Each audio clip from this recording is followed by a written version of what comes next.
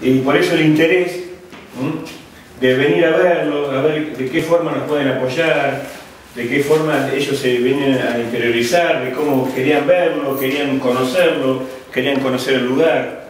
Eso es lo bueno. Porque en otros tiempos, por ahí, cuando no se le daba, y discúlpenme que se los diga así nos entendemos bien, cuando el gobierno no te da bolilla, ¿está? Por ahí ha pasado 1 año, 2 años, no, a la semana estuvieron yo acá. Entonces digo, eso también hay que ser agradecido. ¿Sí?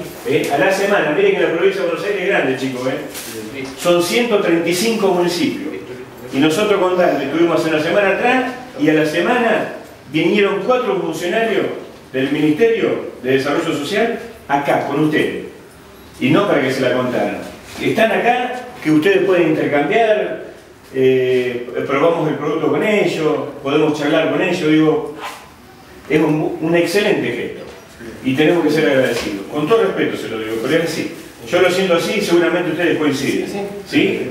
Así que esto recién empieza, como les dije a los muchachos, vamos a tratar de poder progresar, de que ustedes puedan sentirse mejor, que puedan tener una mejor calidad de vida acá, más allá de la vida que podamos hacer afuera, que podamos fortalecernos, ¿sí?